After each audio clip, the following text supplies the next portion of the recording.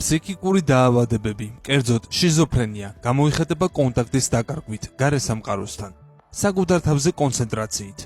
ავადმყოფს ესმის ხმები, აქვს ჰალუცინაციები, მოქმედებს შინაგანი ბრძანებების შესაბამისად. მედიცინა ასეთ მოვლენას ფსიქიკურ აშლილობას ეძახის.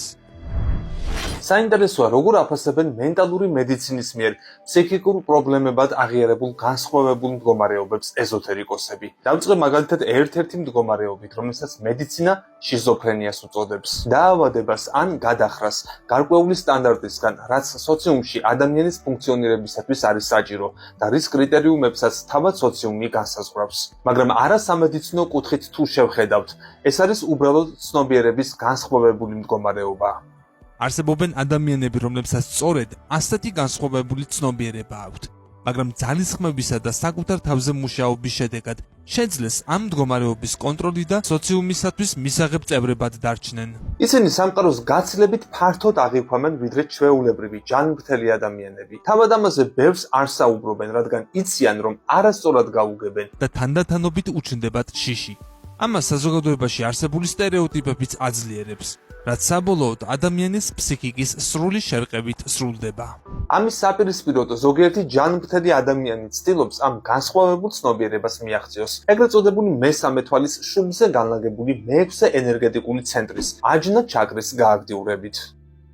როდესაც ეს ხდება, ადამიანი ხედავს არარსებულ არსებებს, ესმის ხმები, მოსდის ინფორმაცია მომავლის შესახებ და სხვა. მაგრამ ის ცნობიერად უკვე მზად არის ამისთვის და არ ეშინია. შეშლილად არ თვლის თავს. სწორედ ამაშია განსხვავება. საყურადღებოა ისიც, რომ არაერთ ცნობილ ფსიქიატრს ფსიქიკურ დაავადებებთან დაკავშირებით უღიარებია. ჩვენ წარმოდგენაც კი არ გვაქვს რეალურად, თუ რასთან გვაქვს საქმე. მაგალითად, კარლ გუსტავ იუნგი შიზოფრენიით დაავადებულ პაციენტებზე დაკვირვებისას იმ დასკვნამდე მივიდა, რომ არსებობს გარკვეული საზღვარი ქვეცნობიერებასა და ცნობიერებას შორის. ხატოვნად ეს შეგვიძლია ბადის სახით წარმოვიდგინოთ. ეს ბადე ფილტრავს ქვეცნობიერიდან მომავალ ინფორმაციას და ცნობიერს მხოლოდ მცირე ნაწილს აწვდის, ისიც უმეტესად სიზმრების სახით. ახლა წარმოვიდგინოთ, რომ ადამიანს ასეთი ბადე არ ჰქონდეს, ან იმდენად თხელი იყოს, რომ ქვეცნობიერიდან მომდინარე ინფორმაცია პირდაპირ მზას სახით მიეწოდებოდეს. შიზოფრენიით დაავადებულ პაციენტებში იუნგმა სწორედ ეს შენიშნა.